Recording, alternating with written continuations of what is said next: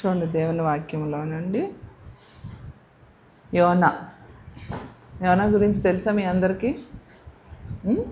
తెలుసు. ఏంటి యోనా గురించి ఏం తెలుసు చెప్పండి. ఏం చేశాడు యోనా? యోనా ఎవరు? దేవుని మాట వినకుండా వెళ్ళిపోయాడు. చివరికి విన్నాడా వినలేదా? విన్నాడు. ముందేం చేశాడు? వినలేదు కదా. అంతకుముందు యోనా జీవితం చూస్తే యోనా దేవుని మాట విన్నవాడుగా ఉన్నాడా విన్నని వాడుగా ఉన్నాడా?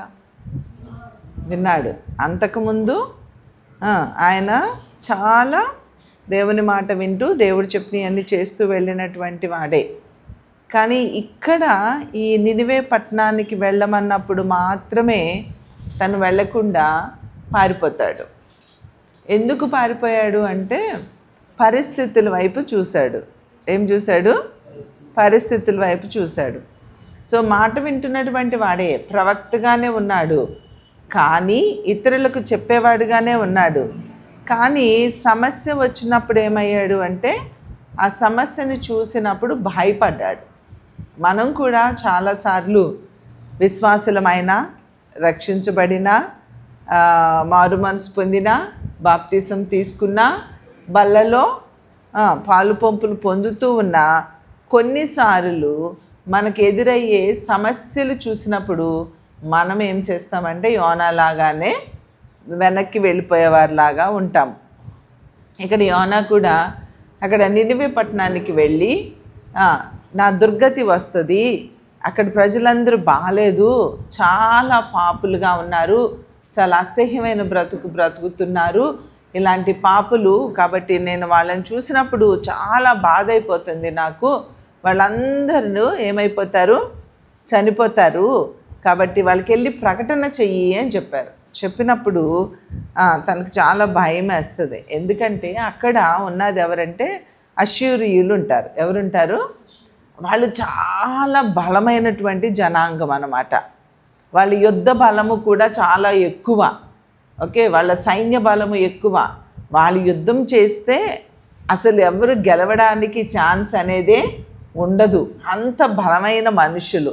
అమ్మో, ఇంత బలమైన మనుషుల దగ్గరికి నేను వెళ్ళి నేను ఆఫ్టర్ ఆల్ కదా, నేను ఒక మనిషిని, నేను ఒక్కడిని పోయి ఇలా చెప్పాలి అంటే బాబోయ్ నా వల్ల కాదు అని చెప్పి భయపడిపోతాడు. భయపడిపోయి నా ప్రాణం మిగులుంటే చాలు, ఏదో రకంగా తర్వాత సంగతి ఏదో తర్వాత చూసుకోవచ్చు అని చెప్పేసి తను ఏం చేస్తాడంటే నినివే పట్టణానికి వెళ్ళమంటే నినివేకి వెళ్ళకుండా తర్షీషు ఓడ ఎక్కుతాడనమాట. తను వెళ్ళిపోతాడు.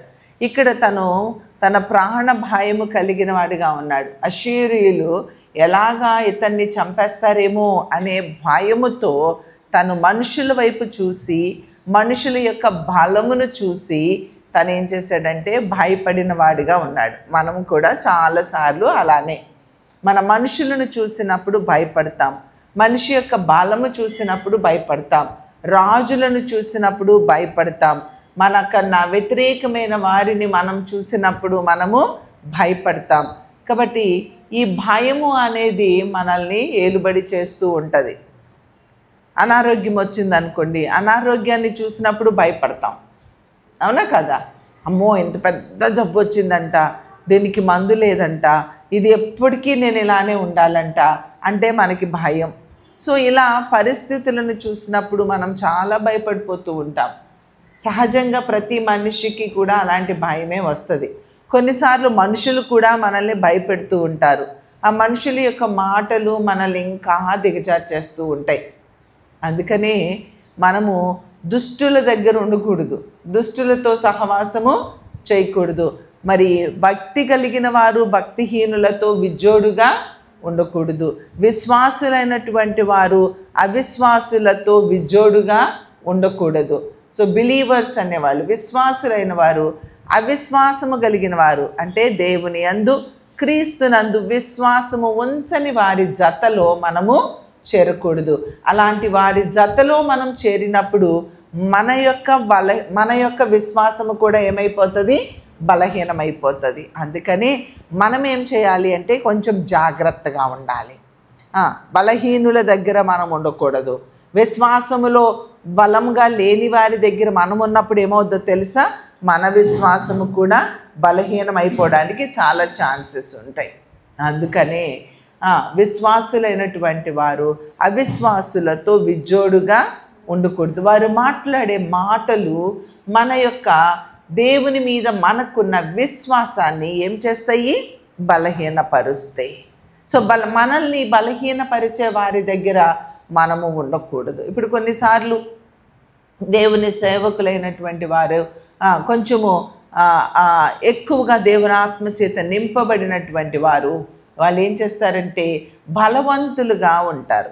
అలాంటి అవిశ్వాసులను వారి యొక్క వెపన్స్ అంటే మనం ఏమంటాం, వారి యొక్క సాధనాలు, వారి యొక్క పన్నాగాలు ఏమీ వీరు పట్టించుకోరు. ఓకే, అగ్ని బాణాలను ఎదుర్కోగలుగుతారు. ఇప్పుడు ఒక బుల్లెట్ ప్రూఫ్ కవచం వేసుకున్నారనుకోండి, ఆ బుల్లెట్ ప్రూఫ్ కవచం వేసుకున్నప్పుడు బుల్లెట్తో షూట్ చేశారనుకోండి, బుల్లెట్ వచ్చి తగిలింది అనుకోండి, ఏమన్నా తగులుతుందా, వెళ్తుందా, వెళ్ళదు. ఎందుకని? అది బుల్లెట్ ప్రూఫ్ అంటే అదేమవుతుంది అన్నమాట, ప్రొటెక్ట్ చేస్తుంది. ఆ బాణము కానీ ఆ బుల్లెట్ కానీ వచ్చి తగిలినప్పుడు అది శరీరానికి తగలదు. ఎందుకంటే ఆ కవచము దానిని ఏం చేస్తుంది, అడ్డుకుంటుంది. ఇంకా మీ భాషలో చెప్పాలంటే ఎవరైనా ఒక రాయేస్తున్నారు అనుకోండి, మీరు గబుక్కని గమనించి అమ్మో వాడు నా మీద రాయేస్తున్నాడు అని నీకు అనిపించినప్పుడు నీ దగ్గర చాట్ ఉందనుకో, లేకపోతే నీ దగ్గర ఏదైనా అట్టముక్క ఉందనుకో, లేకపోతే నీ దగ్గర ఏదైనా ఉందనుకో, దాన్ని టక్మని ఇలా అడ్డు పెట్టేసుకున్నావు అనుకో, అప్పుడు ఆ రాయి ఏమవుద్ది, ఆ రాయి నీకు తగలకుండా నీకున్న చాటకో నీకున్న చెక్కకో నీకున్న దేనికో తగిలి అది ఏమవుతుంది, నీ వరకు చేరదనమాట. అవునా? అలానే ఆ దేవుని యొక్క ఆ మహిమలో ఉన్నప్పుడు, ఆ దేవుని ఆత్మతో మనం ఉన్నప్పుడు ఏమవుతుందంటే ఎదుటివారు మనల్ని బలహీనపరిచే మాట మాట్లాడినప్పుడు, మన విశ్వాసాన్ని తొలగించే మాట మాట్లాడినప్పుడు అవి వారికి తగలవు. వారు ఆ దేవుని విశ్వాసములో నుంచి వారు బయటకు రారన్నమాట. కానీ నువ్వు బలహీనంగా ఉన్నావు, చేతులు కట్టుకో, ఇటు చూడాలి.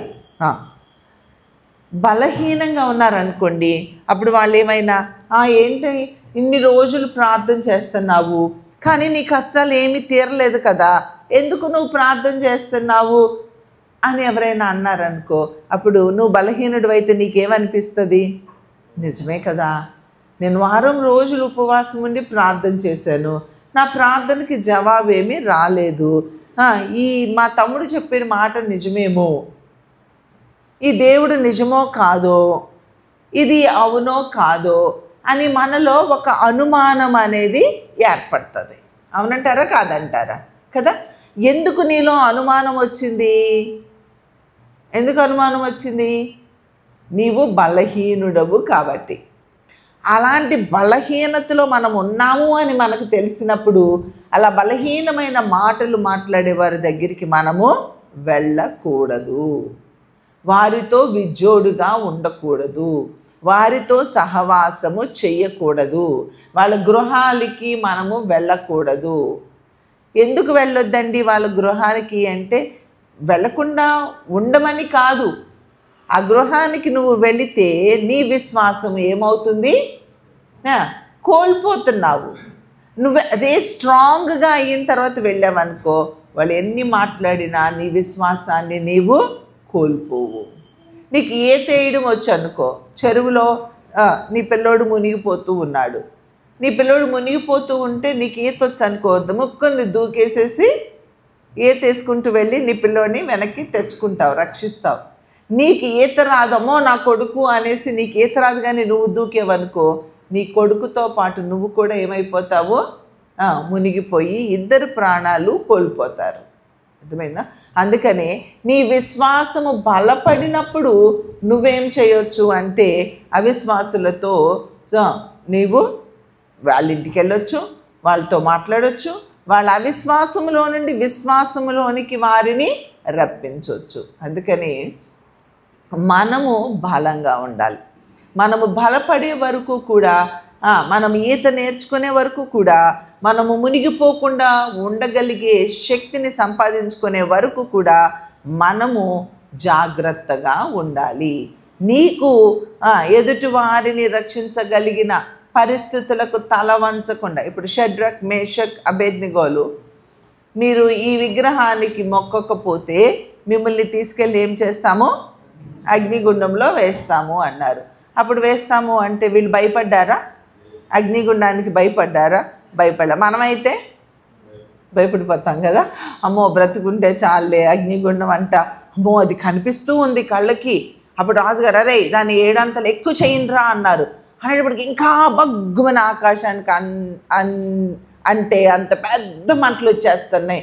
అప్పుడు భయం వచ్చేసి బాబోయ్ లేదులయ్యా మొక్కేస్తానులే, లోపలేమో యేసుప్రభా అనుకుంటాను, బయటికేమో రాజు విగ్రహానికి మొక్కేస్తాను అనుకుంటాం మనం. కానీ వాళ్ళు ఏమన్నారో తెలుసా? వాళ్ళ విశ్వాసం ఎంత గొప్పదంటే, రాజా మా దేవుడు మమ్మల్ని ఏం చేయగలడు? రక్షిస్తాడయ్యా. ఒకవేళ రక్షించకపోయినా, ఏమన్నారు? ఆ మాట చాలా ఇష్టం నాకు. ఒకవేళ రక్షించకపోయినా, దేవుడు రక్షించకపోయినా మేము మాత్రము ఆ ప్రతిమకు మొక్కము. ఎంత శ్రేష్టమైన విశ్వాసమో కదా. అలాంటి విశ్వాసం మనలో ఉందా? మీకుందా? లేదు. కానీ మరి ఆ విశ్వాసాన్ని మనం సంపాదించుకోవాలా వద్దా? కదా, సంపాదించుకోవాలి. కాబట్టి మనుష్యులు మనల గురించి ఏమనుకుంటున్నారో మనకు అనవసరం. లేకపోతే సమస్య వచ్చినప్పుడు సమస్యకు తల వంచేసేలాగా మన యొక్క విశ్వాసము ఉండకూడదు. మన విశ్వాసం ఎలా ఉండాలంటే చాలా గట్టిగా ఉండాలి. మన విశ్వాసము చాలా స్థిరముగా ఉండాలి.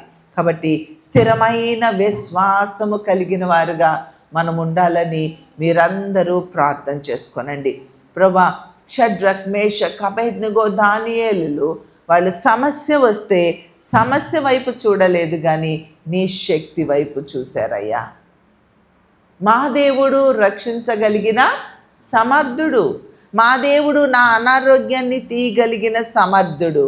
నా దేవుడు నా అప్పులను తీర్చగలిగిన సమర్థుడు. నా దేవుడు నా బిడ్డకి ఫీజు కట్టగలిగిన సమర్థుడు. ఒకవేళ కట్టకపోయినా పర్లేదు, ఒకవేళ నా కొడుకు సీటు రాకపోయినా పర్లేదు, ఒకవేళ నా అప్పులు తీర్పకపోయినా పర్లేదు, ఒకవేళ నేను ఇల్లు కట్టుకోకపోయినా పర్లేదు, నా జబ్బు నయము కాకపోయినా పర్లేదు, కానీ నేను దేవుణ్ణి మాత్రము విడువను అనేది నిజమైన ప్రేమ, నిజమైన విశ్వాసం. మనకి ఆ విశ్వాసము మనకుంటుంది. భార్యాభర్తలు ఉన్నారంటే, తల్లిదండ్రులు ఉన్నారంటే, ఆ తల్లి అరే నేను ఫీజు కట్టలేనురా, గవర్నమెంట్ కాలేజీకి వెళ్ళు అంటే వెళ్ళరా? ఏమమ్మవు నువ్వు, ఏమి నాన్నవు నువ్వు, నాకు కావాల్సిన కాలేజీలు నువ్వు కట్టట్లేదు అని వదిలేసి వెళ్ళిపోతారా అండి? కట్టినా కట్టకపోయినా అమ్మ అమ్మే, నాన్న నానే. అవునా కాదా? అవును. భర్త నీకు కావాల్సినవి అన్నీ ఇవ్వకపోయినా, నువ్వు నాకు కావాల్సినవి అన్నీ ఇవ్వట్లేదు కాబట్టి నువ్వు నా భర్త కాదు అని పక్కింటి భర్త దగ్గరికి వెళ్తామా? వాడు ఇస్తానన్నాడని వాడి దగ్గరికి వెళ్తామా? వాడు ఇస్తానన్నా మనమేమంటాము? పోరా, నీది ఎందుకు, నా భర్త ఇవ్వకపోయినా నాకు నా భర్తే కావాలి అంటాము. కానీ పక్కింటి భర్త ఇస్తానన్నాడు కదా అని అక్కడికి వెళ్ళిపోతామా? వెళ్ళిపోము కదా. అంటే భర్త మనకు కావాల్సినవి ఇచ్చినా ఇవ్వకపోయినా ఆయనే మన భర్త అని నమ్ముతారా మీరు? నమ్మరా? నీకు చేసి పెట్టినా చేసి పెట్టకపోయినా, ఒంట్లో ఓపిక ఉన్నా ఓపిక లేకపోయినా పక్కింటి భార్య దగ్గర తెచ్చి పెట్టుకుంటావా నీకు పని చేసి పెట్టడానికి? కాదు కదా. చేసినా చేయకపోయినా ఆమె నీ భార్య అనుకుంటావా? అనుకోరా? అనుకుంటాము. అలానే ఈ షడ్రక్, మేషక్, అబేద్నెగోలు ఏమంటున్నారంటే, దేవుడా నువ్వు నా దేవుడవు, నువ్వు నాకు చేసినా చేయకపోయినా నువ్వే నా దేవుడువు, మనకులానే అన్నారు కదా. మనం కూడా అంతే. భర్త అంటే భర్తే, భార్య అంటే భార్యనే, బిడ్డలు అంటే బిడ్డలు, తల్లిదండ్రులు అంటే తల్లిదండ్రులు. వాళ్ళు చేసినా చేయకపోయినా, వాళ్ళకి మనకి ఇచ్చినా ఇవ్వకపోయినా వాళ్ళే అని శరీర పరిధుల్లో విలువలతో ఎలా ఉంటున్నామో ఆధ్యాత్మికంగా కూడా మనము నమ్ముకున్న దేవుడు మనల్ని రక్షించగలిగిన సమర్థుడు. ఒకవేళ రక్షించినా రక్షించకపోయినా మనం ఇక్కడ కన్ను మూస్తే మనం ఎక్కడికి వెళ్తాము? మన ఇంటికి వెళ్తాము, మన రాజ్యానికి వెళ్తాము. ఓకే, మన యేసయ్య దగ్గర ఉంటాము, మన పరలోకములో ఉంటాము. కాబట్టి ఈ లోకంలో మనకి ఏమైపోయినా భయపడవలసిన అవసరము మనకి లేదు. నిన్న మనం చూసినట్లయితే రాజమండ్రి దగ్గర ఒక పాస్టర్ గారిని చంపేశారు. మీరు అందరూ విన్నారు కదా, న్యూస్ చూసారా? చూశారు. ఎంత విచారమైనటువంటి పరిస్థితులు. ఆయన అలాగా చంపేశారు.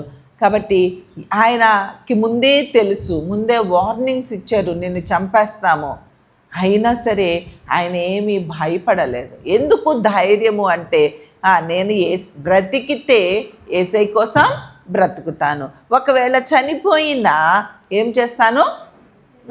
యేసయ్య కోసమే చనిపోతాను అనుకున్నారు. ఆయన అలానే చంపేశారు. చంపేస్తే సేవకులు ఇంకా అనేక మంది విశ్వాసులు, ఆయన ఎవరో ఒక ఆయన చెప్తూ దగ్గర 50,000 మంది వచ్చారంట. ఎంతమంది? ఎక్కడెక్కడి నుండో క్రైస్తవులు తరలి. ఎవరు ఏమైనా చెప్పారా? రాజకీయంగా అయితే ఒక మీటింగ్ పెడుతున్నారంటే రాజకీయ కార్యకర్తలు ఏం చేస్తారు? అందరినీ వ్యానులు బస్సులు పెట్టించి అరే మీకు డబ్బులు ఇస్తాము, మీకు జ్యూసులు ఇస్తాం, ఫుడ్ ఇస్తాం రండి అని ఎక్కించుకొస్తారు. అలా ఏమన్నా ఎక్కించుకొని వచ్చారా? అలా ఎవరు ఎక్కించుకురాలేదండి. ఆ ఫేస్బుక్లో, ఆ యూట్యూబుల్లో, ఆ ఇన్స్టాగ్రామ్లో, సోషల్ మీడియాలో, వాట్సాప్లో చూసుకొని అరే మన తమ్ముడు, మన అన్న పాస్టర్ గారిని చంపేశారంట, రండి వెళ్దాము. అందరూ వెళ్ళారు. మాకు న్యాయం చెయ్యండి అని కేకలు వేశారు. మీరు చేయకపోతే మేము ఊరుకోము అనేవాళ్ళు, ఉద్రేకంతో అనేవాళ్ళు అన్నారు. వీళ్ళందరూ ఆయనకి సొంత అక్కలు, అన్నలు, చెల్లెళ్ళు, భార్య, సొంత బిడ్డలా? కాదు. అయినా వాళ్ళంత పౌరుషంగా మాట్లాడారు. కానీ చివరికి అలా వైఫ్ దగ్గరికి వచ్చేటప్పటికి, ఆ ఫ్యూనరల్ చేసేటప్పుడు ఆ వైఫ్ ఏమందో విన్నారా? వినలేదా? ఆ వైఫ్ ఏమంది? నా భర్త తనని చంపిన వారిని క్షమించగలిగే అంత గొప్ప మనస్సు కలిగిన వాడు కాబట్టి నేను కూడా నా భర్తను చంపిన వారిని ఏం చేస్తాను? క్షమిస్తాను. ఎంత మంచి మాట పలికింది చిన్న వయసులో ఉన్న తల్లి. మహా అయితే ఆయనకి 41, 45 సంవత్సరాలట. ఆమెకు ఒక 40 ఉన్నాయేమో, లేకపోతే ఒక 38 అట్లా ఉన్నాయేమో, లేకపోతే ఇంకా చిన్నదేమో, చూడ్డానికి చిన్నగా కనిపిస్తుంది. అంత చిన్న వయసులో తన భర్తని చంపేసిన వారి మీద ఎంత కోపం ఉండాలండి, ఎంత కోపం ఉండాలి. కానీ తను ఏం మాట్లాడింది? నేను క్షమించి వేస్తున్నాను. ఎలాంటి ఆత్మీయత కలిగినటువంటి తల్లిగా ఆ తల్లి ఉందో. ఒక స్త్రీ అయ్యుండి ఆధారము కోల్పోయి, మన భాషలో చెప్పాలంటే ఒక విధవరాలైపోయింది. ఆ విధవరాలు అంటే సమాజం ఎంత నీచంగా చూస్తుందో భర్త లేని వారిని. చిన్న వయసులో విధవరాలు అయిపోయింది. తన బిడ్డలు ఉన్నారు వెనకాల. అరే ఎంత భయంకరమైనటువంటి పరిస్థితులు, ఎంత కోపం రావాలి. కానీ ఎంత నెమ్మదిగా, ఎంత సతాయించుకొని. ఎవరైనా చచ్చిపోతే మన పల్లెటూరులో ఎట్లా ఏడుస్తారు? ఓ అని శోకాలు పెట్టి ఏడుస్తారు. కానీ ఆ తల్లి ఏమన్నా ఏడుస్తుందా? ధైర్యముగా నిలబడి, నా భర్త ఎక్కడ ఆపాడో అక్కడి నుంచి నేను మరలా దేవుని పనిని ప్రారంభిస్తాను. పిల్లలు కూడా అంతే ధైర్యముగా మాట్లాడుతూ ఉన్నారు. దేవుని పనిని మేము చేస్తాము, దేవుని కొరకు మేము బ్రతుకుతాము అని మాట్లాడుతూ ఉన్నారు. నష్టపోయి కూడా వాళ్ళు ఏం చేస్తున్నారు? దేవుని కోసం నిలబడిన వారిగా ఉన్నారు. మరి ఈ దినాలలో మనము ఎలా ఉన్నామండి? ఆ తల్లి అలా మాట్లాడిన మాటలు చూస్తే షడ్రక్, మేషక్, అబేద్నెగోలు గుర్తు రావట్లేదా మనకి? నా భర్తని ఎందుకు తీసేశాడు దేవుడు, అన్యాయం చేశాడు అని ఏమన్నా అన్నదా తల్లి? అనలేదు. మనకి చిన్న నష్టము కలిగితేనే మనం అంటాము, నా దేవుడు ఉన్నాడా, దేవుడు ఉంటే ఇట్లా జరుగుద్దా, దేవుడు ఉంటే ఇలా ఉంటుందా, దేవుడు ఉంటే ఇలా చేస్తాడా అని మాట్లాడతారు. అది ఎంత అవివేకమో, ఎంత అజ్ఞానమో, ఎంత ఆత్మీయత లేని స్థితితో మనకు అర్థమవుతుందా, అర్థం అవ్వట్లేదా? కాబట్టి మనందరము కూడా ప్రార్థన చేసుకోవాలి.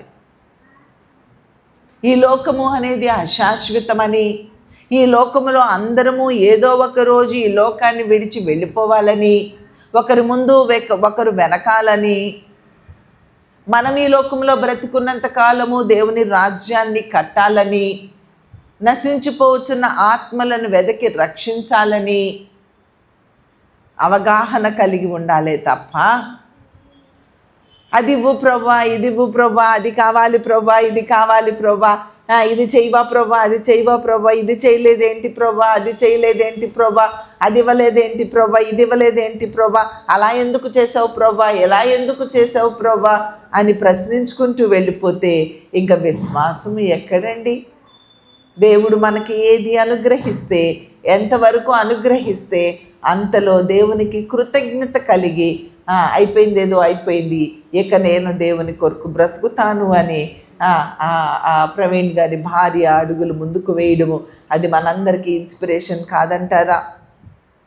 అలా క్షమించాలి అని ఆలోచన మీకు పుడుతుందా? ఒక మాట అంటేనే క్షమించలేవు.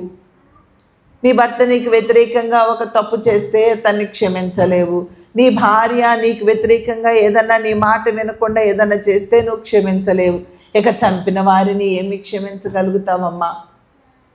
చంపిన వారిని సహితము క్షమించగలిగిన ఆత్మీయతలోనికి రావలసినటువంటి మనము ఎంత బలహీనంగా ఉంటున్నామో కదా, అవునా కదా? కాబట్టి మరి ఎక్కువగా మనం ప్రార్థించాలా వద్దా? అలాంటి క్షమా గుణము నాకు కావాలి ప్రభు అని ప్రార్థించాలా వద్దా? అది నష్టమైనా లాభమైనా, అది ఏదైనా ప్రాణహాని అయినా దేవుడు చేయమంటే చేయడానికి అడుగులు మనం ముందుకు వేయాలా వద్దా? మన విశ్వాసము అంత అభివృద్ధి చెందాలా వద్దా? ఆలోచించండి. దేవుడు మాట చెప్తే ఆ మాటను ధిక్కరించి వెళ్ళిపోయే పరిస్థితుల్లో మనం ఉండకూడదు. యోనాని చూస్తే ఆయన ప్రవక్తే కానీ ఆయన చూస్తే మరి ప్రాణానికి భయపడిపోయి ఈ అశూరీయులు ఎక్కడ ఇతన్ని చంపేస్తారే అనే భయముతో దేవుని మాట వినకుండా వేరే దిక్కు వెళ్ళిపోతూ ఉన్నాడు. మనం అనేక మారులు పరిస్థితుల వైపు చూసినప్పుడు మనం దేవునిని విడచి వేరే దిక్కు వెళ్ళిపోయేవారుగా మనం ఉంటాం. అయినా దేవుడు ఇంకొకరిని పంపించవచ్చు, కానీ తన భక్తుడైనటువంటి యోనా అలా మాట వినకుండా వెళ్ళిపోవడం ఇష్టము లేక తన్నే మళ్ళీ సరిచేసుకోవాలని తన్ని వెనక్కి తీసుకొని రావడానికి దేవుడు చేస్తూ ఉన్న ప్రయత్నాలు. అక్కడ తప్పు చేశాడు, వేరే దిక్కు వెళ్ళిపోతున్నాడు. దేవుడు ఏం చేశాడంటే ఒక పెద్ద తుఫాను రేపాడు. అదే తప్పు చేసిన వాడు భయంతో ఉండాలి, తప్పు చేసిన వాడు గడగడలాడాలి, తప్పు చేసిన వాడు బాబోయ్ దేవుడు నాకు ఏమి పనిష్మెంట్ ఇస్తాడో అని భయపడుతూ ఉండాలి, పశ్చాత్తాపడాలి. కానీ తప్పు చేసిన వాడు భయపడడం లేదు, వణకడం లేదు, ఏడవడం లేదు, ఏ భయం లేదు. హాయిగా వెళ్ళిపోయి వాడ అడుగు భాగానికి వెళ్ళిపోయి ఏం చేస్తున్నాడండి? ప్రశాంతంగా నిద్రపోతున్నాడు. ఈ దినాలలో క్రైస్తవులైనటువంటి వారు ఎలా అయిపోయారో తెలుసా? ఫస్ట్ టైం తప్పు చేశారనుకోండి భయపడతారు, రెండోసారి తప్పు చేశారనుకోండి భయం రాదు, ధైర్యం వస్తుంది. మూడోసారి తప్పు చేశారనుకోండి ఇంకా ధైర్యం ఎక్కువ అవుతుంది. నాలుగోసారి తప్పు చేశారనుకోండి ఇలా యోనాలాగా వెళ్ళిపోయి నిద్రపోతారు అనమాట.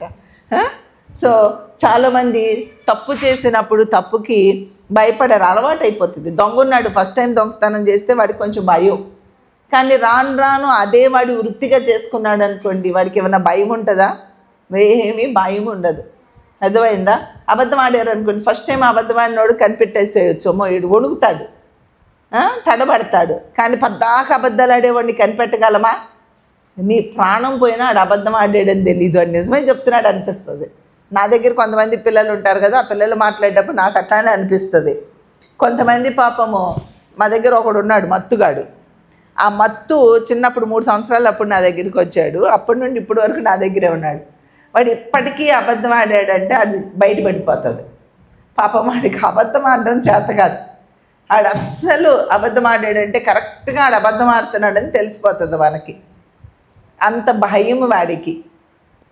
కానీ కొంతమంది పిల్లలు ఉన్నారు, వాళ్ళు అబద్ధం చెప్పితే వాళ్ళ అబద్ధం నాకు ఎలా అనిపిస్తుంది అంటే, పాపం ఇది నిజమేనేమో, నేనే అపార్థం చేసుకుంటున్నానేమో అనిపిస్తుంది నాకు. కానీ చివరికి ఇది అబద్ధం అనే తేలుతుంది. ఎంత ధైర్యంగా, ఎంత చాకచక్యంగా అబద్ధం ఆడతారు కొంతమంది.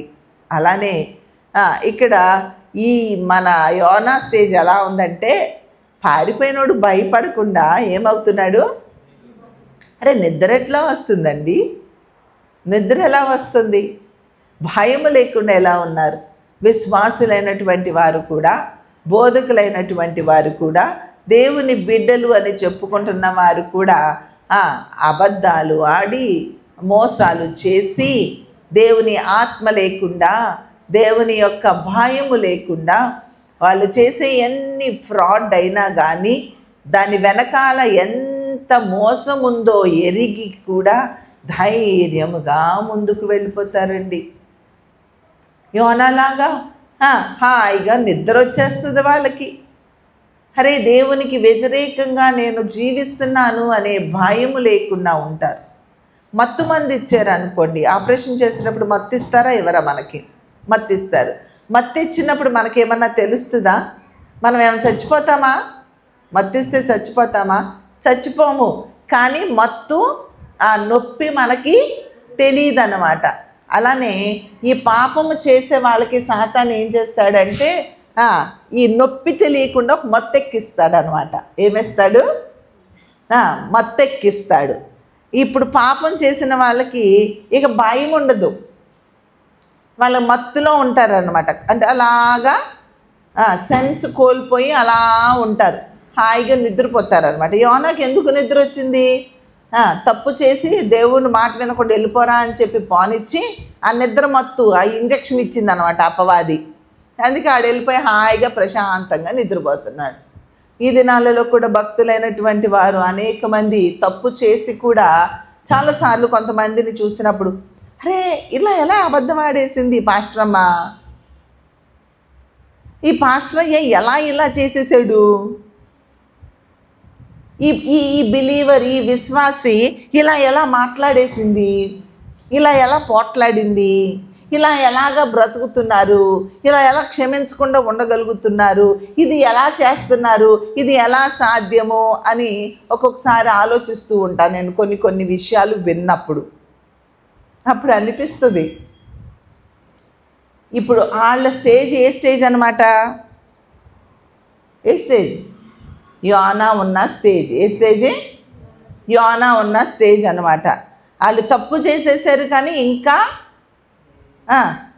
ఇంకా హాయిగా ప్రశాంతంగా నిద్రపోతున్నారు, ప్రశాంతంగా కడుపు నిండా తింటారు, చక్కగా హోటల్కి వెళ్ళి బిర్యానీ తింటారు, భార్య బిడ్డలతో వెళ్ళి హ్యాపీగా ఎంజాయ్ చేస్తారు.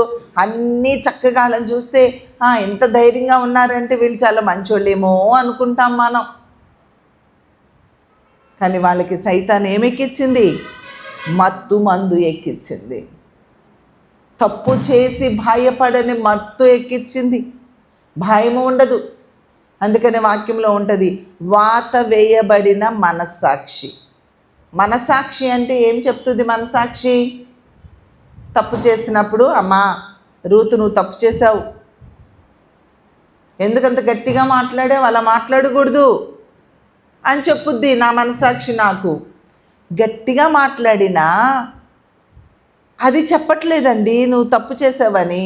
అంటే అప్పుడు ఆ మనస్సాక్షి ఏమైంది, వాత వేయబడిపోయింది, అంటే మందమైపోయింది. మనస్సాక్షి ఏమైపోయింది, మందమైపోయింది. మందమైపోతే స్పర్శ తెలీదు. ఆత్మీయ కుష్టు వచ్చిన వాళ్ళకి స్పర్శ తెలుసుద్దా, మీకు తెలుసా, కుష్ఠరోగం తెలుసా, చూసారా ఎప్పుడన్నా కుష్ఠరోగుల్ని, చెప్పండి రా, కుష్ఠరోగుల్ని ఎప్పుడన్నా చూసారా, చూడలేదంటుంది లుదియమ్మ. కుష్ఠరోగుల్ని ఎప్పుడు చూడలేదా, కుష్ఠరోగులకి ఏమవుద్ది అంటే ఈ గోళ్ళు ఏళ్ళు అన్నీ తినేస్తాయి, ఇట్లా ఉంటాయి కాళ్ళు చేతులు అన్నీ. వాళ్ళకి ఏమవుతుందో తెలుసా, ముందు ఒక తెల్ల మచ్చ వస్తుంది, ఓకే, తెల్ల మచ్చలాగా వస్తుంది మీ శరీరం. మాకు చిన్నప్పుడు ఏమైనా తెల్ల మచ్చలు వస్తే మా నాన్నగారు కళ్ళు మూసుకో అనేవాళ్ళు. మేము కళ్ళు మూసుకుంటే పిన్నేసి తీసుకొని ఆ పిన్నుతో ఇలా గుచ్చేవాళ్ళు. గుచ్చి 5 సార్లు గుచ్చి, ఎన్నిసార్లు గుచ్చా అనేవాళ్ళు. 5 సార్లు అంటే నీకు స్పర్శ బాగానే ఉందలే, ఈ మచ్చ కుష్ఠవ్యాధి మచ్చ కాదు. సో కుష్ఠవ్యాధి వచ్చిన వాళ్ళకి ఏమవుద్దంటే అది స్పర్శ కోల్పోతారు. ఏం కోల్పోతారు? అది మెల్లమెల్లగా పెరిగి పెరిగి పెరిగి మన శరీరాన్ని తినేస్తూ వెళ్ళిపోద్ది అనమాట. చాలామంది చేతులన్నీ తినేస్తాయి, కాళ్ళన్నీ తినేస్తాయి. ఆ చెప్పులు కూడా పాపం మళ్ళీ వేసుకోలేరు, బెల్ట్ చెప్పులు వేసుకొని కట్టుకుంటారు. మామూలుగా అక్కడ అడుక్కుంటుంటారు. ఓకే, మందిరాల దగ్గర అట్లా అడుక్కుంటూ ఉంటారనమాట ఈ కుష్టు రోగులు. వాళ్ళకి అన్నీ తినేస్తాయి. ఇదివరకు రోజుల్లో కుష్టు రోగుల్ని అడవిలో ఊరు అవతలు ఎక్కడో మనుషులు ఉండని చోట ఉంచేవాళ్ళు. ఇప్పుడు అందరిలోనే ఉంటున్నారు, కానీ అవి చాలా భయంకరం అన్నమాట కుష్టు రోగం. అలానే చాలామందికి ఆత్మీయ కుష్టు వస్తుంది. ఏమొస్తుంది? ఆత్మీయ కుష్టు అంటే వాళ్ళు తప్పు చేస్తారు, కానీ వాళ్ళు తప్పు చేస్తున్నామని వాళ్ళకి స్పర్శ ఉండదన్నమాట. స్పర్శ లేని వారిగా తయారైపోతున్నారు ఈనాటి క్రైస్తవులు. వాళ్ళు ఎన్ని తప్పులు చేసినా వాళ్ళు దాన్ని ఏమని సమర్థించుకుంటారు? మేము భక్తులము అని సమర్థించుకుంటారు, మేము సేవకులము అని సమర్థించుకుంటారు, మేము విశ్వాసులము అని సమర్థించుకుంటారు. మనము అలా ఉండకూడదు, నేను అలా ఉండకూడదు, నువ్వు అలా ఉండకూడదు. అర్థమవుతుందా? మన సంఘంలో, మన సహవాసంలో సేవకులైనటువంటి వారు, విశ్వాసులైనటువంటి వారు, దేవుని శిష్యులైనటువంటి వారము, దేవుని బిడ్డల అని పిలువబడుతున్న వారము, క్రీస్తు రక్తంలో కడగబడిన మనము, ఆయన బల్లలో చేతులు పెడుతూ ఉన్నటువంటి మనము అలాంటి దుష్టమైన అంటే మనస్సాక్షి చచ్చిపోయిన స్థితిలో, దేవుని నుంచి పారిపోయి కూడా హాయిగా నిద్రపోయే స్థితిలో, దేవుని ఇష్టం చేయకుండా మన ఇష్టం చేసుకుంటూ బ్రతుకుతూ మనం భక్తులము అని చెప్పుకునే స్థితిలో మనము ఉండకూడదు. మన మనస్సాక్షి జాగ్రత్తగా పనిచేయాలి. అపవాది మనకి ఆ సడేషన్ ఇచ్చేదాకా మనం వెళ్ళకూడదు. అపవాది మనకి మత్తు మందు ఇచ్చే వరకు వాడిని మన దగ్గరికి రానివ్వకూడదు. వాడి యొక్క శోధనల నుండి మనం ఏం చేయాలి? దూరంగా పారిపోవాలి. కాబట్టి దేవుడి నుంచి దూరంగా పారిపోవడం కాదు, ఎవరి నుంచి దూరంగా పారిపోవాలి? సాతాను నుండి మనం దూరంగా పారిపోవాలి. సాతాను ఆలోచన నుంచి దూరంగా పారిపోవాలి. సాతాను యొక్క తలంపుల నుండి దూరంగా పారిపోవాలి. పాపము నుండి దూరంగా పారిపోవాలి. కానీ దేవుడి నుండి మాత్రము మనము దూరంగా పారిపోకూడదు. బుధవారం ప్రార్థన రావాలి, శనివారం ప్రార్థన రావాలి, శుక్రవారం స్త్రీల కూటమ రావాలి, ఆదివారం ప్రార్థన సమయానికి రావాలి, కుటుంబంతో రావాలి, భార్య బిడ్డలతో రావాలి, అందరము రావాలి. అర్థమైందా? ఇప్పుడు భర్త వచ్చాడు అనుకోండి, భార్య రాలేదు, భార్య వచ్చింది, భర్త రాలేదు, పరలోకానికి ఒకడు వెళ్ళిపోతే చాలా సరిపోద్దా? పిల్లలు కొన్నిసార్లు ఇంటికాడ వదిలేసి వస్తాం, మరి పిల్లలకి పరలోకం వద్దా? పిల్లలకి భక్తి వద్దా? కుటుంబానికి ఒక్కళ్ళు భక్తి చేస్తే కుటుంబం అంతా తీసుకెళ్తానని దేవుడు ఏమన్నా మనకు బైబిల్లో చెప్పాడా? చెప్పాడా? అప్పుడు ఏం చేయొచ్చు? అలా చెప్తే ఏం చేయొచ్చు? అప్పుడు సాగర్ గారు, అమ్మ నేను వెళ్ళి బాగా సంపాదిస్తాను, బాగా పనులు చేసుకుంటాను, నువ్వేమో భక్తి చెయ్యి, ప్రార్థన చెయ్యి, పిల్లలు నేను వెళ్ళి ఏం చేస్తాం? బాగా సంపాదించుకొస్తాము అని చెప్పుకుంటే, అప్పుడు నేను ఒక్కదాన్ని భక్తి చేస్తే మన కుటుంబం అంతా పరలోకానికి వెళ్ళిపోద్దా? లేదు, ఎవరి భక్తి వాళ్ళదే. కాబట్టి మనం ఏం చేయాలి అంటే అందరము దేవుని సన్నిధికి రావాలి.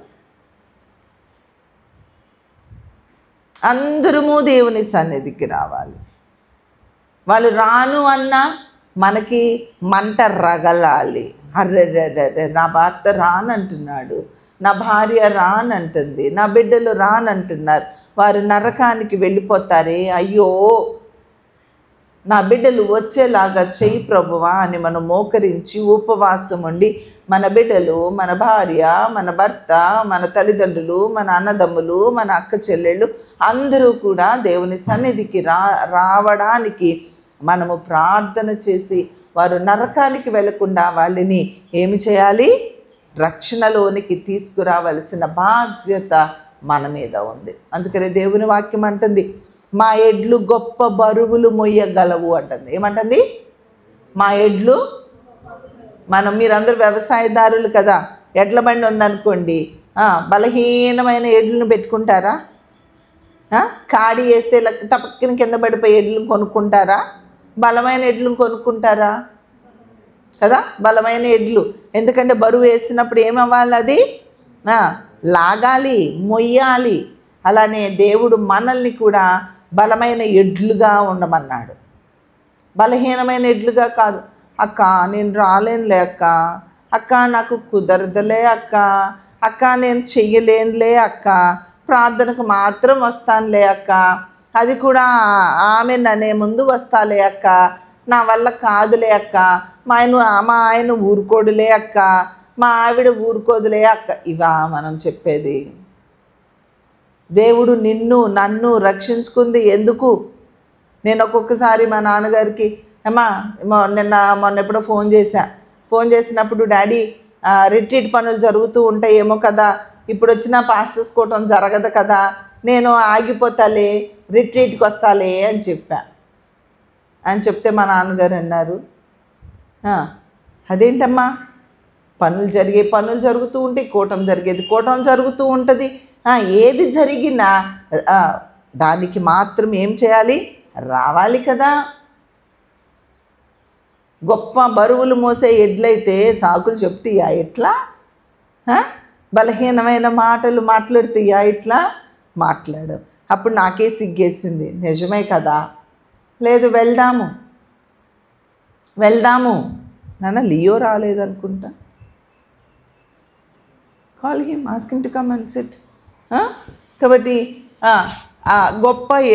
గొప్ప బరువులు మోయగలిగిన ఎడ్లులాగా మనము ఉండాలి. దేవుని పనికి మనం ఏం చేయకూడదు? సాకులు చెప్పేవాళ్ళగా మనము ఉండకూడదు. సో దేవుడు మనల్ని ముందుగా రక్షించింది ఎందుకు అంటే, అనేకులను దేవుని వైపు మలుచుకోవడానికి, అనేకుల్ని దేవుని వైపు మనము నశించిపోవచ్చున్న ఆత్మలను రక్షించడానికి దేవుడు మనల్ని రక్షించినప్పుడు మనము దేవుని చిత్తము నుండి మనం ఏం చేస్తున్నాము? పారిపోతూ ఉన్నాము. పారిపోయామనే భయం కూడా లేకుండా యోనా చక్కగా పడుకొని నిద్రపోయినట్లుగా మంచిగా వండుకుంటాము, తింటాము, నిద్రపోతాము. ఒక్కోసారి ప్రార్థనకు వచ్చి ప్రార్థనలో కూర్చొని కూడా నిద్రపోతాం. హాయిగా ఫ్యాన్లు, చక్కని బిల్డింగు అన్నీ మనకిస్తే అక్కడ కూర్చొని ఇంకా విసురుకుంటాం. వేడి, అమ్మో ఈ 2 వారాల నుంచి వద్దాం అనుకొని, బాబోయ్ నాకు అస్సలు ఓపిక లేదు, ఎండలో నేను ఉండలేను అని రాలా నేను. ఈరోజు కూడా రాత్రి నుంచి రానా వద్దా, వెళ్దామా వద్దా, వద్దులే అని మళ్ళీ ప్రేయర్ చేసుకొని వాక్యం దిద్దాము, వెళ్ళం గో అని ఉంటే వెళ్దాము అని మళ్ళీ హేమాకేమో చెప్పాను, మర్చిపోయారా అక్క మమ్మల్ని? లేదు నెక్స్ట్ వీక్ వస్తా అన్నా. కానీ ఎండకి శరీరం తట్టుకోలేక వద్దులే అనుకోవడం. పొద్దున్నే లేచి సరే సాగరాన్ని వెళ్ళమంటే వెళ్దాంలే అని, నాన్న వెళ్ళమంటావా కుప్పం అన్నా. నీ ఇష్టం, ఆయన చెప్పొచ్చు కదా, నీ ఇష్టం అన్నారు. నీ ఇష్టం అనేటప్పటికీ మళ్ళీ కన్ఫ్యూజను, ఏం చేయాలో తెలియక లియోకి ఫోన్ చేశా. లియో వెళ్దామా అంటే, వెళ్దామా ఆంటీ అన్నాడు వాడు. అక్కడితో మళ్ళీ సాటిస్ఫై అవ్వాలా. మళ్ళీ సంసోన్కు ఫోన్ చేసి ఏంటి వెళ్దామా వద్దా అని లాక్కొని పీక్కొని సరే చివరికి వెళ్దాం అనుకొని మొత్తానికి బయలుదేరి వచ్చామన్నమాట. ఒక్కొక్కసారి మన పరిస్థితులు, మన శరీరము, మన అనారోగ్యము, మొన్నే నొప్పి వచ్చింది, హోమియోపతి మందేసుకున్నావు నడుము నొప్పికి, మళ్ళీ ఇప్పుడు ప్రయాణం చేస్తున్నావు, మళ్ళీ నొప్పులు వస్తాయేమో, మళ్ళీ నడుము నొప్పి వస్తుందేమో, ఎన్ని సాకులు మైండ్లో ఎన్ని అని వస్తున్నాయి ఆలోచనలు. చూడండి, దేవుని పని చేయడానికి సేవకులమైనా కానీ శరీరము అనేక మారులు, పరిస్థితులు అనేక మారులు దేవుని చిత్తములో నుండి పక్కకు వెళ్ళిపోవడానికి మనల్ని ఏం చేస్తాయి? ప్రేరేపిస్తూ ఉంటాయి. అయితే వాటన్నిటినీ మనం ఏం చేయాలి? ఎదుర్కోవాలి. వాటికి ఎక్కడ స్థలము ఇవ్వకూడదు. నేను వాటికి స్థలం ఇస్తే ఈరోజు వచ్చి ఉండేదాన్ని కాదు. అగ్ని బాణాలను ఎదుర్కోవాలి. సాతానుడు వేసే అగ్ని బాణాలను ఎదుర్కోవాలి. కాల్చబడడానికి, నశించిపోవడానికి, చనిపోవడానికైనా సరే దేవుడు ఎక్కడ దూకమంటే అక్కడ దూకడానికి, ఏమి చేయమంటే అది చేయడానికి, ఎక్కడికి వెళ్ళమంటే అక్కడికి వెళ్ళడానికి, ఏది వదులుకోమంటే అది వదులుకోవడానికి, ఏది చేయమన్నా అది చేయడానికి మనల్ని మనం ఏం చేసుకోవాలి? సిద్ధపరచుకోవాలి. ఈ లోకము అశాశ్వతం. ఈ లోకములో ఉన్నది ఏది మనది కాదండి. లోకంలో ఉన్నది ఏది మనది కాదు. మనం లోకంలో ఉన్నది ఏది సంపాదించుకోవాలని మనము అనుకోకూడదు. కాబట్టి అన్నీ విడిచిపెట్ట ఎలా వచ్చామో అలానే వెళ్ళిపోతాము.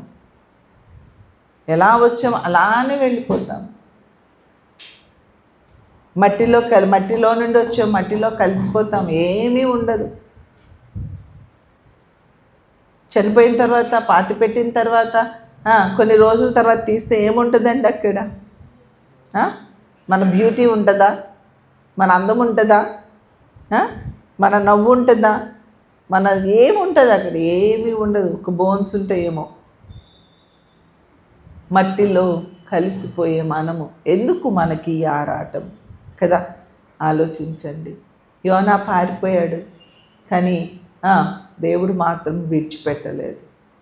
మనము పారిపోతాం అనేక మారులు. మనం కూడా ఎన్నో సాకులు చెప్తాం.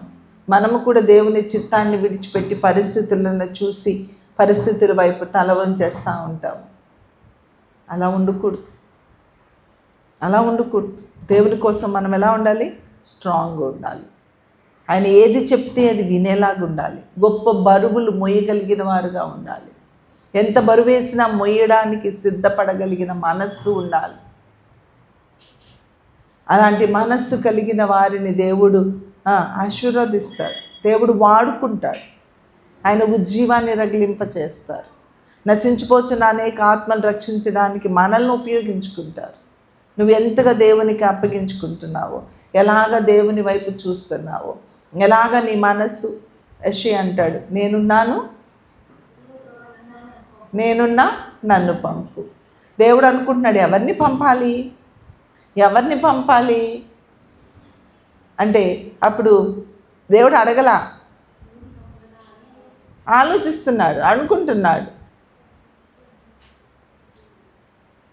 అమ్మా బెంగళూరు వెళ్ళాలి, ఎవరిని పంపుదాము, ఎవరు వెళ్తారు అని అనుకుంటున్నాను.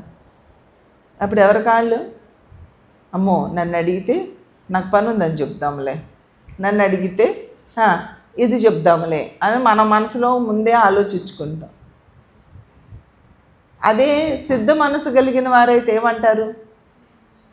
ఎవరినో పంపుదామని ఆలోచిస్తావేంటక్క, నేనున్నాను కదా, ఎప్పుడు నీ వెనకాలే ఉంటాను కదా అని లూది అమ్మో గ్రేస్ అమ్మో, నేనున్నాను కదా హేమక్క, నన్ను పంపు అని అందనుకో. అప్పుడు దాని అర్థం ఏంటి? సిద్ధ మనస్సు కలిగిన మనిషి అని అర్థం. అడిగినా నాకు కుదరదక్క, ఆడమ్మాయిని నేను ఒక్కదాన్ని ఎట్లా వెళ్తానక్క, నాకు కుదరదక్క, ఇవన్నీ చెప్తే ఏంటి అర్థం? సిద్ధ మనస్సు లేదు అని అర్థం. దేవుని పనికి వెళ్ళడానికి మనకి ఏ మనసు ఉండాలి?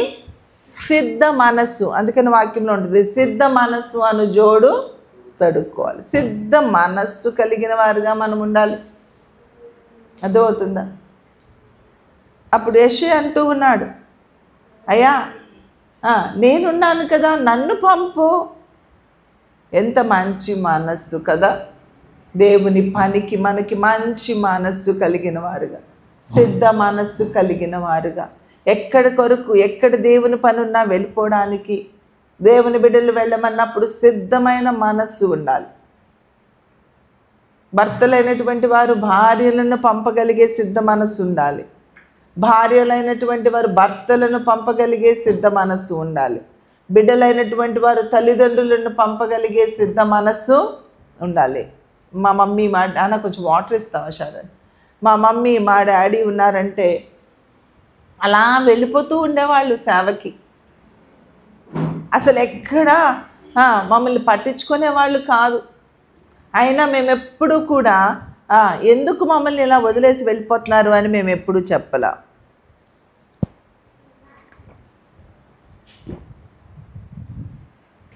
డ్రై అయిపోతున్నాయి లిప్స్ అన్నీ. అర్థమవుతుందా? కాబట్టి మేమెప్పుడు మా డాడీ మమ్మీని మమ్మల్ని వదిలేసి ఎందుకు వెళ్ళిపోతున్నారు అని మేము ఎప్పుడు ఫీల్ అవ్వలా. మా మమ్మీని వదిలేసి మా డాడీ ఇప్పటికే వెళ్ళిపోతూనే ఉంటారు. ఒక్కొక్కసారి ఇప్పుడు వృద్ధ వయసు వచ్చేసింది, ఒక్కళ్ళే పడుకుంటుంటే మాకు ఇప్పుడు భయం వేస్తుంది. అమ్మో ఒక్కళ్ళే ఉన్నారు, తలుపేసేసుకొని పడుకుంటున్నారు, అమ్మో లోపలేమన్నా అయిపోతాయని కంగారు వచ్చేస్తుంది మాకు.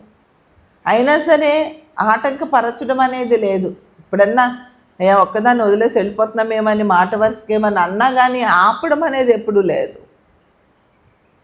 కాబట్టి దేవుని పనికి వెళ్తూ ఉన్నప్పుడు ఒంటరిగా ఉన్నా, అనారోగ్యంగా ఉన్నా, ఒక్కొక్కసారి హాస్పిటల్లో ఉంటారు. భార్యలైన వారు హాస్పిటల్లో ఉంటే భర్తలైనటువంటి వారు సేవ కోసం వెళ్ళిపోతారు. అట్లానే చూడండి, బిడ్డలైనటువంటి వారు హాస్పిటల్లో ఉంటే తల్లిదండ్రులు ఇద్దరు బిడ్డని హాస్పిటల్లో వదిలేసి సేవకి వెళ్ళిపోయిన పరిస్థితులు. దేవుని పనికి ఏది కూడా అడ్డు మనము చెప్పకూడదు. దేవుడే చూసుకుంటాడు అనుకుని వదిలేయాలి. ఒకసారి జోగారు అనుకుంటా వాళ్ళ అమ్మో ఎవరో చనిపోయారు అని, నాకు కరెక్ట్గా గుర్తు రావడం లేదు అని చెప్పి ఆయన వాక్యం చెప్తూ ఉన్నారు.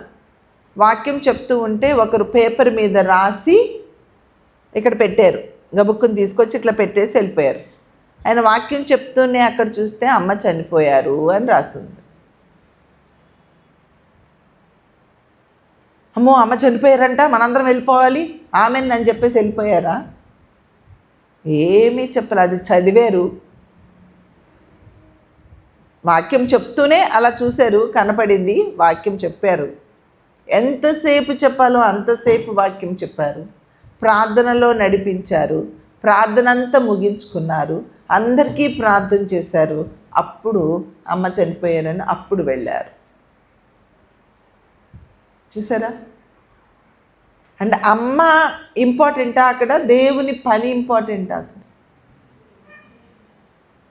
మనం ఒక్కొక్కసారి ప్రార్థనకు వస్తాము, మెసేజ్ ఫోన్లు దగ్గరే ఉంటాయి, వాక్యం వింటానే ఎట్టేట అనుకుంటే మధ్యలో ఫోన్లు చూస్తారు, లేకపోతే ఆ ఫోన్ బుర్రని మోగుద్ది, హలో అనుకుంటే బయటికి వెళ్తారు. ఇక అంతే, మళ్ళీ అడ్రస్ రారు, మళ్ళీ ప్రార్థనలోకి రారు. ఇక్కడ చనిపోతే కూడా బయటకు వెళ్ళారా మందిరంలో నుండి? ఎంతగా దేవుని వారు ప్రేమించారో ఆలోచించండి. మనం అలా దేవుని ప్రేమిస్తున్నామా? అలా దేవుని ప్రేమిస్తున్నామా? అలా దేవుని మాట మనము వింటున్నామా?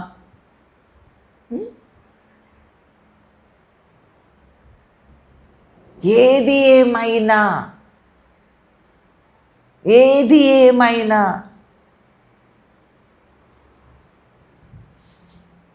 అంత ముగించుకునే వెళ్ళాలి.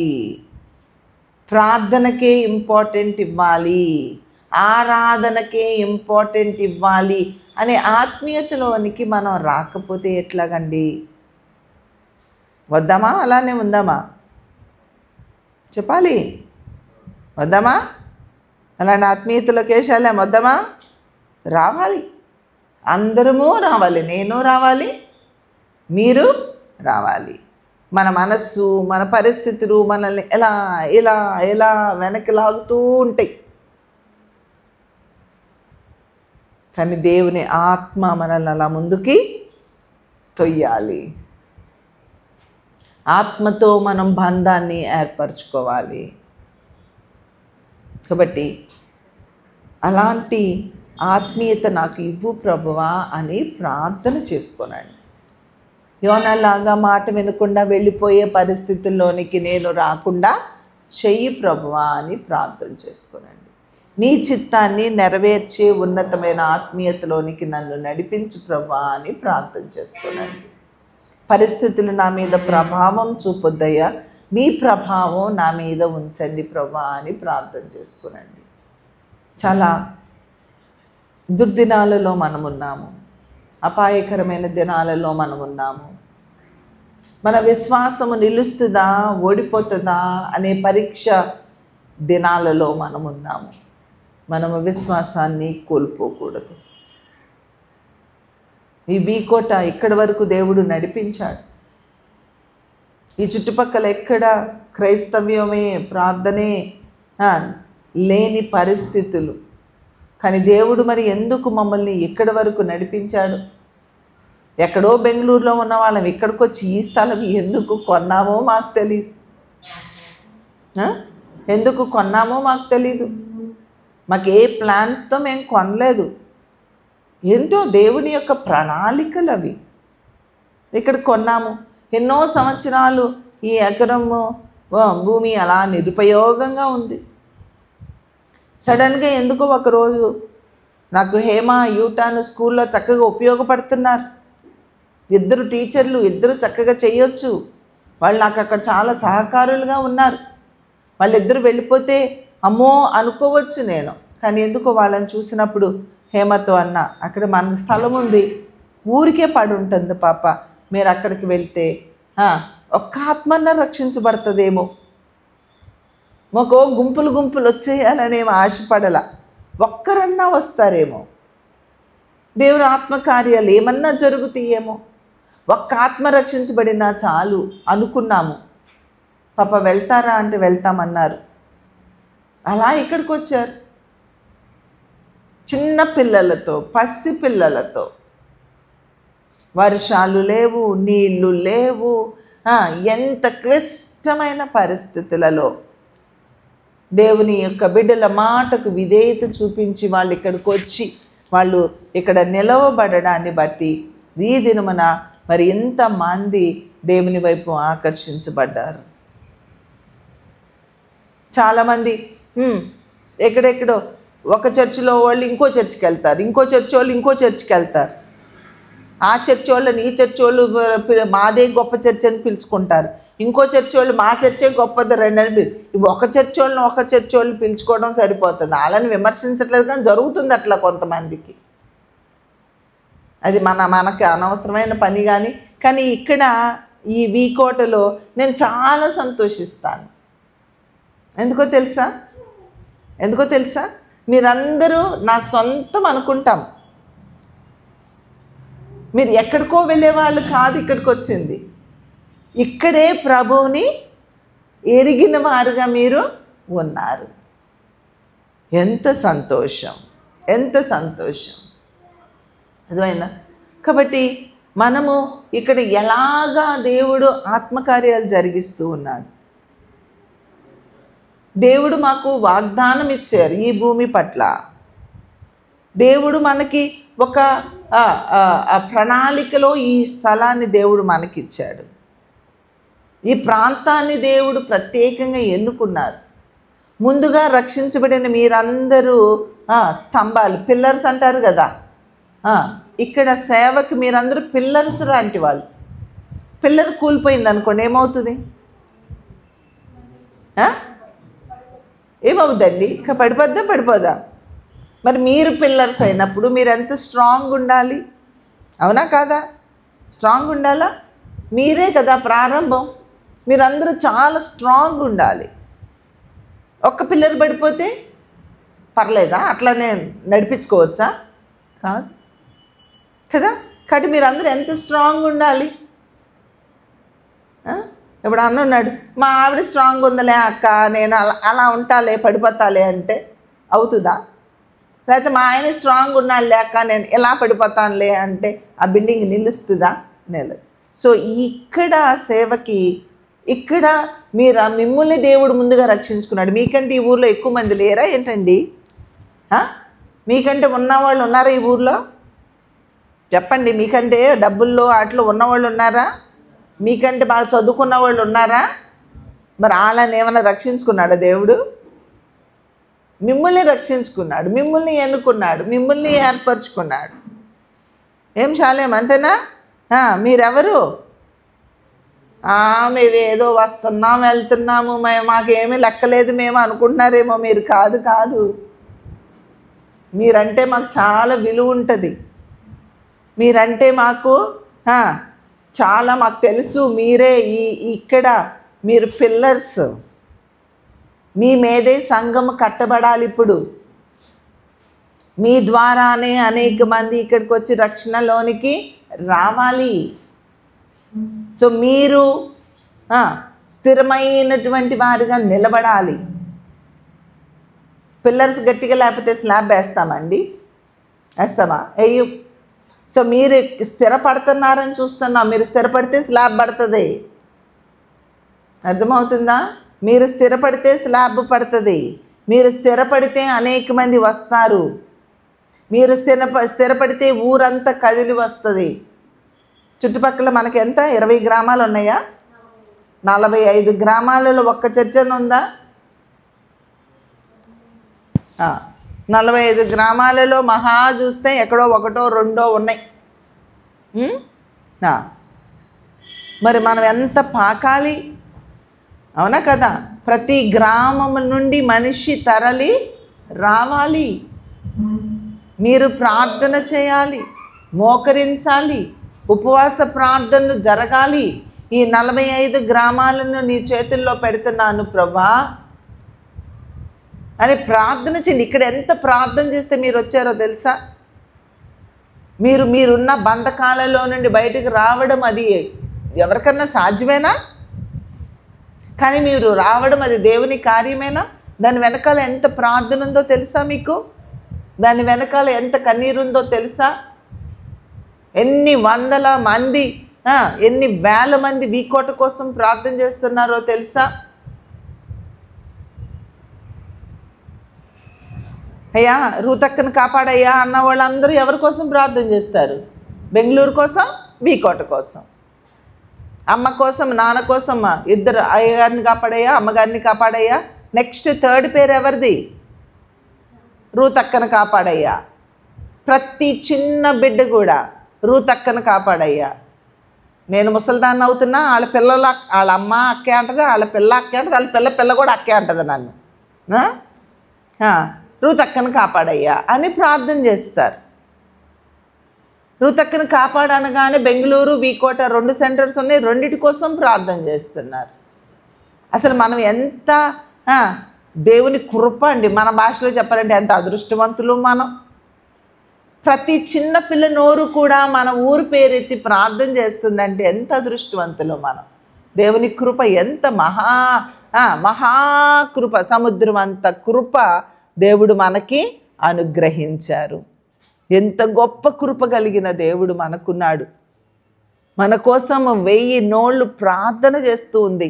ఉదయం అనక, మధ్యాహ్నం అనక, సాయంత్రం అనక మన కోసం ఎంతమంది ప్రార్థన చేస్తూ ఉన్నారు. ఆ ప్రార్థనే మన వెనకాలన్న బలమైన బంధకాల నుండి, అపవాది యొక్క బంధకాల నుండి మనల్ని ఏం చేసింది? అది విడిపించింది. దాని వెనకాల ఒక్కలో ఇద్దరమో లేమండి, కొన్ని వేవేల నోళ్ళ ప్రార్థన మన యొక్క రక్షణ వెనకాల ఉన్నాయి. దేవుని స్తుతించు, దేవునికి కృతజ్ఞత కలిగి ఉండు, నీవు స్థిరంగా ఉండు. నేనున్నాను, నన్ను పంపుము అనే ఉన్నతమైన స్టేజ్లోనికి రా. నీవు కూడా ఇక్కడ మందిరాన్ని ఇచ్చారు, ప్రార్థన చేయి. నీ ప్రార్థన ఈ చుట్టుపక్కల ప్రతి ఊరిలోనూ ఒక సెంటర్ మనం ఏం చేయాలి? స్థాపించాలి. ఊరికి ఒక మందిరాన్ని మనం కట్టాలి. దానికి మూల స్తంభం నువ్వే ఆ పని చేయాలి. మందిరాలు పౌలు ఉన్నాడు, ఏం చేశాడు? హేమ నేను మాట్లాడుకుంటుంటాం. పౌలు పని ఏంటయ్యా అంటే మందిరం కట్టడం, 10 మంది రావడం, రేయ్ ఇదిగో మీరందరూ ఇట్లుండండి, బైబిల్ చదువుకోండి, ప్రార్థన చేసుకోనండి, విశ్వాసంలో స్థిరంగా ఉండండి, అప్పుడప్పుడు నేను వస్తా, అప్పుడప్పుడు ఎవరో ఒకరిని పంపిస్తా, నేను మళ్ళీ వెళ్తున్నా, మీరందరూ జాగ్రత్త, ఇంకో మందిరం కడతాకి వెళ్తున్నా, నా కోసం మీరందరూ ప్రార్థన చేయండి అని అక్కడి నుంచి వెళ్ళిపోతాడు. అక్కడో మందిరం కడతాడు, అక్కడ అనేక మంది వస్తారు, రే మీరు జాగ్రత్త, మీరు ఉండండి, ప్రార్థన చేసుకోండి, బైబిల్ చదువుకోండి, దేవుల్లో స్థిరంగా ఉండండి, ఎంత నష్టం వచ్చినా, ఎంత కష్టం వచ్చినా, ఎంత ప్రాణ భయం వచ్చినా మీరేం చేయాలి? భయపడకండి, నేను వస్తాను, తిమోతి వస్తాడు, లేకపోతే ఇంకొకరు వస్తారు, మీరు మాత్రం స్థిరంగా ఉండండి అని అక్కడి నుంచి వెళ్ళిపోతాడు. మన పని ఏంటయ్యా అంటే మందిరాలు నిర్మించుకుంటూ, మందిరం అంటే ఏంటి? ఇలాగా బిల్డింగులు కట్టడం కాదండి. మందిరాలు నిర్మించడం అంటే బిల్డింగులు కట్టడం కాదు, లక్షల మంది జనాలు రావడం కాదు. మన మిషన్ ఏంటి? మన శరీరమే ఒక మందిరం, నీ దేహమే దేవుని యొక్క ఆలయం. మనం కట్టాల్సింది ఈ మందిరాలు. అర్థమైందా? ఆత్మల సంపాదన, పాపములో, శాపములో, మోసములో, విలువలు లేని బ్రతుకులలో విలువను నింపడమే సువార్తను ప్రకటించడము. అర్థమైందా? కాబట్టి మనము ఎవరు కనిపిస్తే వారికి విలువలతో కూడిన విలువైన జీవితాన్ని జీవించమని బోధించడమే. యేసుప్రభు చెప్పింది ఏంటి? మానవులుగా బ్రతకండిరా, దయ కలిగి ఉండండి, ఎదుటి వారి పట్ల ప్రేమ కలిగి ఉండండి, క్షమించండి.